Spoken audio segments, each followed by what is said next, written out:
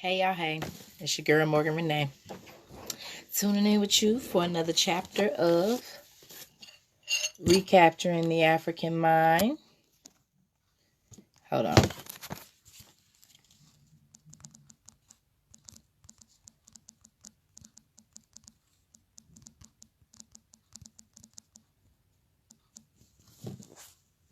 Alright. So, yes. Story time with more mind. We are in the book Recapturing the African Mind by Brother Bruce Bridges, and we are on chapter 4 entitled The Humanitarian Movement. It starts off with a quote or a line from a song by Bob Marley that says, "Some people got the plots and the schemes. Some people got ways and means." At the dawn of the 18th century, Europeans, after centuries of draining the wealth of Africa, South America, and Asia, began to engage in discourse concerning the human toll of their exploitation. They spoke against the inhumanity of slavery, and Europe became immersed in a wave of Christian conscience. Although this movement became known as the Humanitarian Movement, contrary to what was espoused by its members, it was neither a sincere effort on the part of whites to right past wrongs, nor a gentler form of exploitation and mind control. The humanitarian movement had at its core the British anti-slavery movement. Men like John Locke began to speak out against the evils of slavery, and Locke outlined his objections in his book, The Treatise on Civil Government. Let me highlight that and look that up later. In 1748, the Frenchman Montesquieu stated, "It is impossible for us to suppose these creatures to be men, because allowing them to be men, a suspicion will follow that we ourselves are not Christian." When this statement is examined, it becomes apparent that the Pope was not the only European who imitated God. Montesquieu's statement clearly implies that Europeans in general believed they were empowered to define and redefine African people at their will. The work of the missionaries, merchants, and military against people of color around the world created an arrogance of the European that bestowed upon him the right to redefine Africans in his terms. Africans were viewed as subhumans or an extension of the animal kingdom, and baptism failed to make Africans equal social partners entitled to share seats around the heavenly throne. In 1789, William Wilberforce introduced motions into the British House of Commons to abolish the slave trade, and by 1807, Britain had abolished slavery in her colonies. Notwithstanding Britain's abolition of slavery as late as the mid-1830s, slave traffic was heavier than ever. Consequently, in June 1839, a prospectus of the Society for the Extinction of the Slave Trade and for the Civilization of Africa was instituted. The following is an excerpt from the proceedings at the first public meeting of the Society for the Extinction of the Slave Trade. "It is expedient, therefore, to state the leading principles on which this society is formed and the measures intended to be pursued. It is the unanimous opinion of this society that the only complete cure of all these evils is the introduction of Christianity into Africa. They do not believe that any less powerful remedy will entirely extinguish the present inducements to trade in human beings, or will afford to the inhabitants of those extensive regions a sure foundation for response and happiness. But they are aware that a great variety of views may exist as to the manner in which religious instruction should be introduced, distinctly avowing, therefore, that the substitution of our pure and holy faith for the false religion, idolatry, and superstitions of Africa is, in their firm conviction, the true ultimate remedy for the calamities that afflict her. They are most anxious to adopt every measure which may eventually lead to the establishment of Christianity throughout that continent, and hoping to secure the cordial cooperation of all, they proceed to declare that the grand object of their association is the extinction of the slave trade. The primary object of this society will be constantly kept in view under all circumstances of difficulty or discouragement as the grand end to which their efforts, or of whatever character, should be resolutely and unchangeably directed. As one of the principal means, they have cordially cooperated with Mr. Buxton in inducing Her Majesty's government to undertake an expedition to the river Niger with the view of obtaining the most accurate accurate information as to the state of the countries bordering on its mighty waters. The present society can take part in no plan of colonization or of trade. Its objects are and must be exclusively pacific and benevolent. But it may, by encouragement and by the diffusion of information, most materially aid in the civilization of Africa, and so pave the way for the successful exertions of others, whether they be directed to colonization and the cultivation of the soil, or to commercial intercourse, or to that which is immeasurably superior to them all, the establishment of the Christian faith on the continent of Africa. At home, this society will direct its vigilant attention to all that may arise with respect to the traffic in slaves, and give publicity to whatever may be deemed most essential to produce its suppression. In Africa, there are various means whereby it may effectually work to the same end. One of the great impediments at present existing to the advancement of knowledge is the state of the native languages of Western and Central Africa. Amongst the many nations which inhabit those regions, there are certainly many different dialects, and not improbably several leading languages. A few only of those languages have yet been reduced into writing, and consequently the difficulty of holding intercourse with the natives and imparting knowledge to them is greatly increased. It is impossible, however, to close this address without again expressing in the most emphatic terms the conviction and earnest hope of all who have already attached themselves as members of this institution, that the measures to be adopted by them for the suppression of the traffic in slaves, for securing the peace and tranquility of Africa, for the encouragement in agriculture and commerce, will facilitate the propagation and triumph of that faith which one and all feel to be indispensable for the happiness of the inhabitants of that continent. Howsoever the extension of the Christian religion may be attempted, it is far more likely to take root and flourish where peace prevails and crime is diminished than where murder and bloodshed and the violation of every righteous principle continue to pollute the land. And that is an excerpt from the Office of the Society. No, it's not. From the proceedings of the first public meeting of the Society for the Extension of the Slave Trade. Several prominent British met and spoke in response to a plan by Thomas Foxwell Buxton to remedy the slave trade. Major points made by some of those speaking at the meeting include the following. William Wilberforce. Wilberforce, the archdeacon, was received in the House of Commons with loud cheers. He acknowledged that Buxton spearheaded a great cause. Wilberforce stated that Britain was compelled to put forward the suppression of the slave trade and to promote the civilization of Africa. Loud cheers were heard when Wilberforce stated that true Christianity must be introduced to the African. Any other civilization than that which is based upon and carries out true Christianity is futile. Wilberforce trusted altogether Christianity to do the work being to take the minds of the Africans and rob them of their lands and resources. There's always been a connection between colonization, Christianity, and commerce. Ooh, that's a quote. Where's my highlighter? There have always been a connection between colonization, Christianity, and commerce. The introduction of Christianity enables Europeans to colonize and finally take control of the commerce. This is readily apparent in the following excerpt from Wilberforce's speech in the House of Commons. Our hope for the suppression of the slave trade depends upon promoting the civilization of Africa. By civilization, we mean that superstructure of results, the foundations of which are laid in true Christianity, and therefore do I hail it as an omen for good when I look round upon this vast assembly that it declares with one accordant voice that its trust for success herein is founded upon this, that the Lord of hosts is on our side. Though we trust altogether to Christianity to do the work, yet who can have looked at the history of the spread of Christianity without observing that God has used secondary instruments as the means of introducing Christianity? I believe that the very cause and origin of commerce was planned in the counsels of God for this single purpose. Not only does this general proposition establish the duty of hallowing our commerce so as to make it the instrument of introducing civilization and Christianity, but we English people owe also the repayment of a specific debt in the subject of commerce to the continent of Africa. How it is when we go to any uncivilized country of the earth, we find its inhabitants abounding in natural riches to use the use of which they do not know.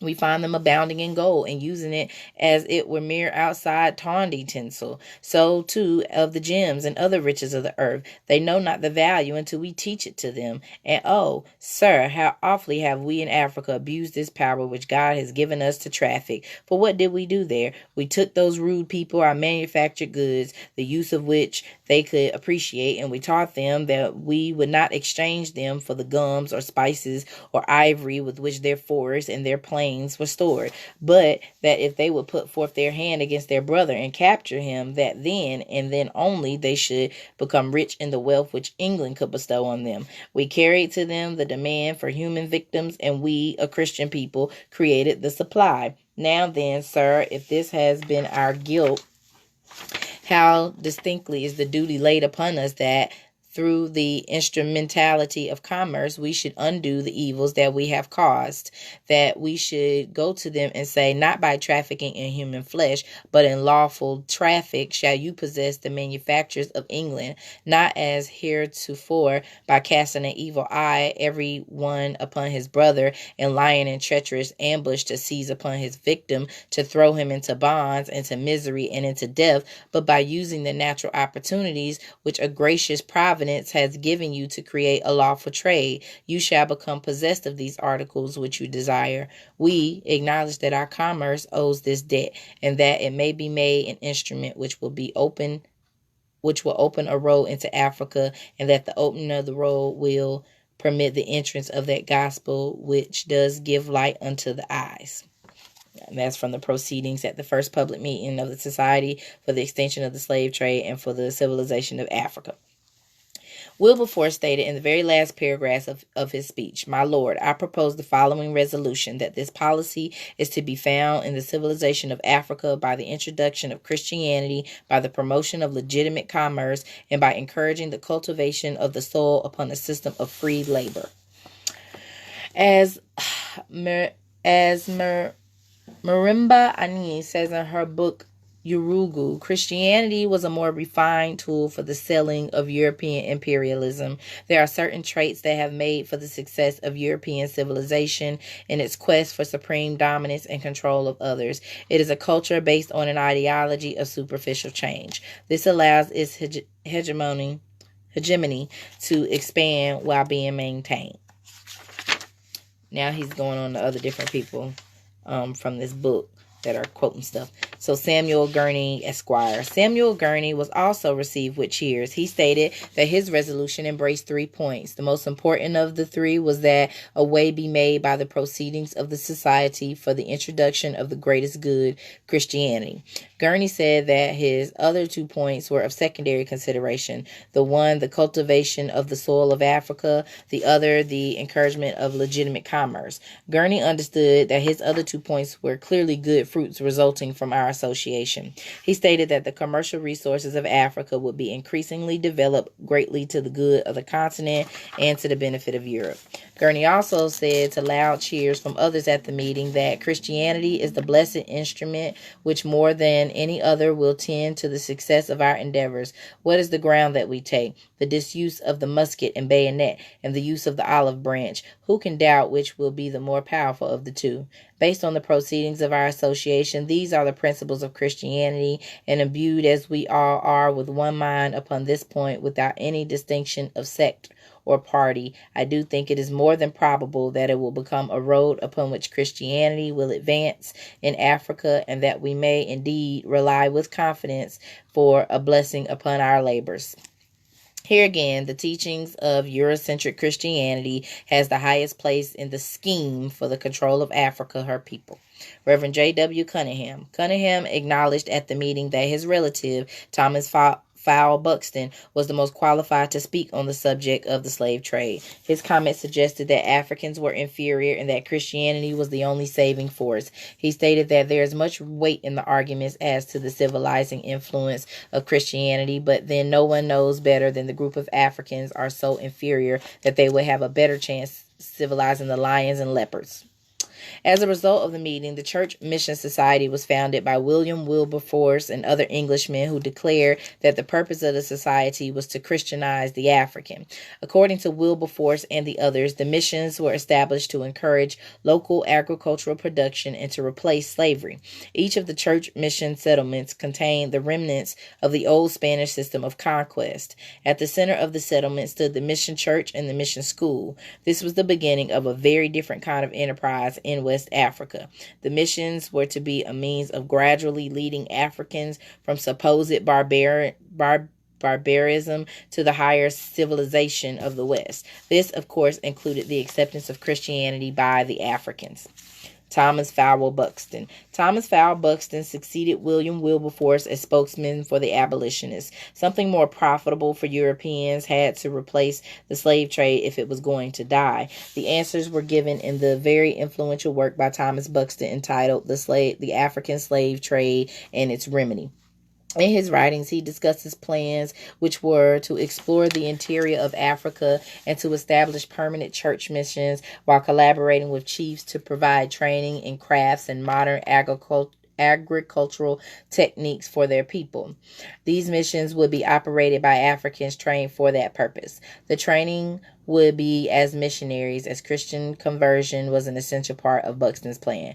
Buxton's call for the commercialization of Africa was related to the demands for a new market economy in Britain. Britain had passed through the crucial phase of her industrial revolution by the time Buxton's book was published. European factories and cities such as Birmingham and Manchester needed markets for their goods. West Africa was viewed as another West Indies because of its climate as well as its supply of labor. In the introduction of his work entitled The African Slave Trade and Its Remedy, Buxton paternalistically asked the question, what may be done now? And he replies, the native mind of Africa must be raised and the capabilities of her soil must be called forth. According to Buxton, all of Europe's efforts must be steadfastly fixed on these 2 points. In Chapter 6 of Buxton's book entitled Elevation of the Native Mind, he discusses further the importance of Christianity to enlighten the African. This subject embraces the consideration of some difficult questions. They resolve themselves into these. First, are the Africans able and willing to learn? Second, what and how shall we teach them? It is true that the inhabitants of Africa are in the very depths of ignorance and superstition, but still there are amongst them redeeming symptoms, which encourage us to cherish the most pleasing expectations that the darkness which now covers her land will be speedily chased away by the opening light of civilization and Christianity. Missionaries in West Africa were often received with kindness, and one of the kings of a West African nation was seen reading a Bible. Buxton noticed the striking eagerness to learn displayed by the Africans. He condescendingly referred to the people as the objects of our sympathy. Buxton, recognizing the overpowering influence of the gospel on the minds of African people, and let me go back because it says see page 58 for a discussion on the true meaning of the gospel. So I'm going to go back real quick. So Europeans during early contact with African people understood that Africans are highly spiritual. The God concept of Africans was altered through several years of influential inflow teaching and training sessions by the missionaries. Indoctrination of the gospel or spell of God in the mission of schools upon the minds of African children aided in the process of mind erosion. Spellbinding, magical, enchanting tales of God were to be so successful in the process of mind devastation that armed with gospel and guns, Europeans usurped the richest piece of real estate on the planet. Oh, that wasn't even what I was trying to read. I was trying to read at the beginning. So the word gospel, which is commonly defined as good or glad tidings or the stories of Christ's life, is the first 4 books of the New Testament, should be examined much more thoroughly. The etymological true or real meaning of the word is derived from God's spell, Godspel, or the spell of God. Spell is defined as a word which means having charming, magical powers or the ability to bind or hold the mind through some formula of fascination. Another term associated with spell is enchantment. So, back to where I'm at. Buxton, recognizing the overpowering influence of the gospel on the minds of African people, asked, in what way, then, can this advance of mind be most effectually and speedily attained? Unquestionably by the propagation of Christianity. The gospel ever has been and ever must be the grand civilizer of mankind.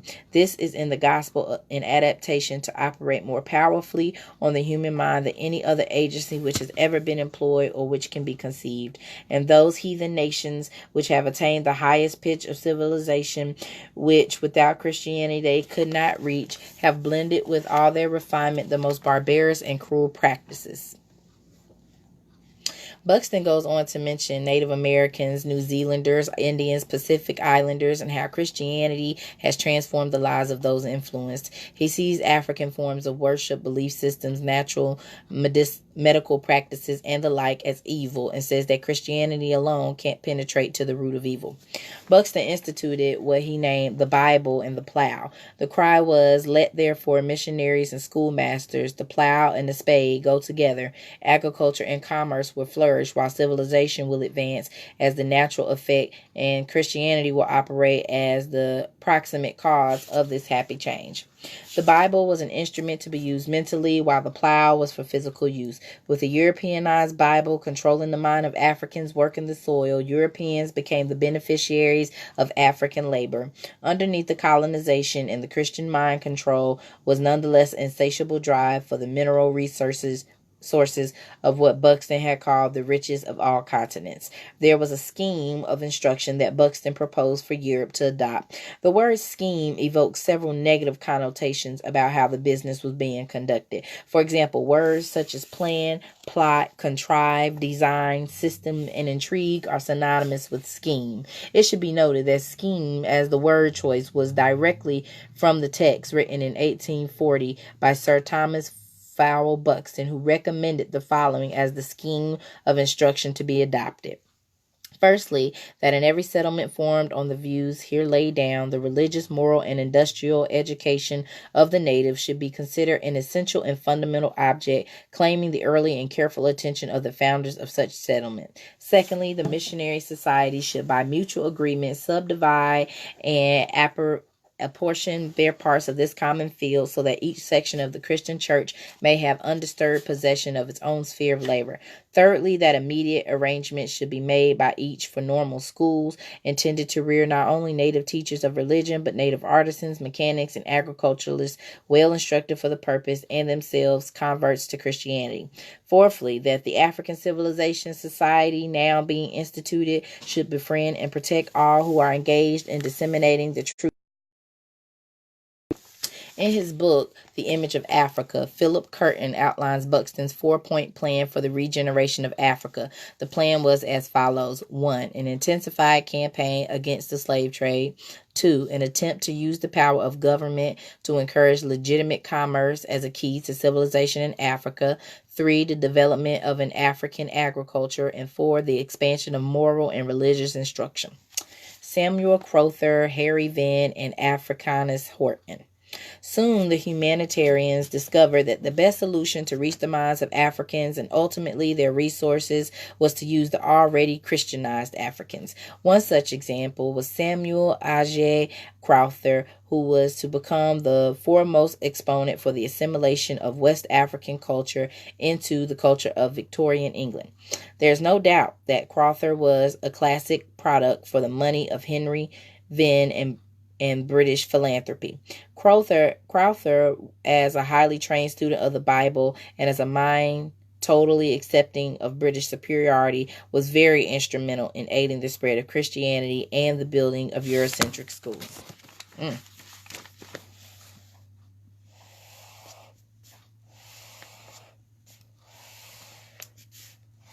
He ultimately helped Europeans gain access to the natural resources of West Africa. Samuel Crowther's mind was stolen at an early age and replayed by the mind of his European colonizer. After his African mind was replaced by that of Britain, he subsequently trained other minds into Europe thinking. This was carried out by the use of the Bible and European miseducation. Taken into slavery as a child, but rescued by a British patrol and repatriated at Freetown, Sierra Leone in 1822, Crowther showed what Europeans always like, especially if they can use it: quick intellect and sober application that earned him miseducational opportunities. The total miseducation of Crowther was from the Christian Mission Society. Later, he was sent to England for further study for the seminary. He then went to Fourah Bay College in Freetown, after which he became a teacher. Crowther was very impressive to the missionaries and was chosen to take part in an expedition up the Niger River. Crowther wrote a detailed account of his travels and was later ordained as a bishop in England. Crowther was posted to the CMS mission at Abeokuta, Nigeria in 1845. He sailed up the Niger twice more, became a noted scholar in African languages, and translated the Bible into Yoruba. Samuel Crowther was a close friend of Henry Venn, the British philanthropist, and his mind was also an extension of Venn's. They both viewed Christianity as a beneficent tool for economic development.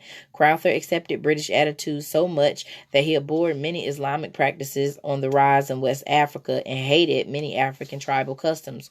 Crowther was a prime example of an African mind that was totally destroyed by Christianity and English Victorian culture.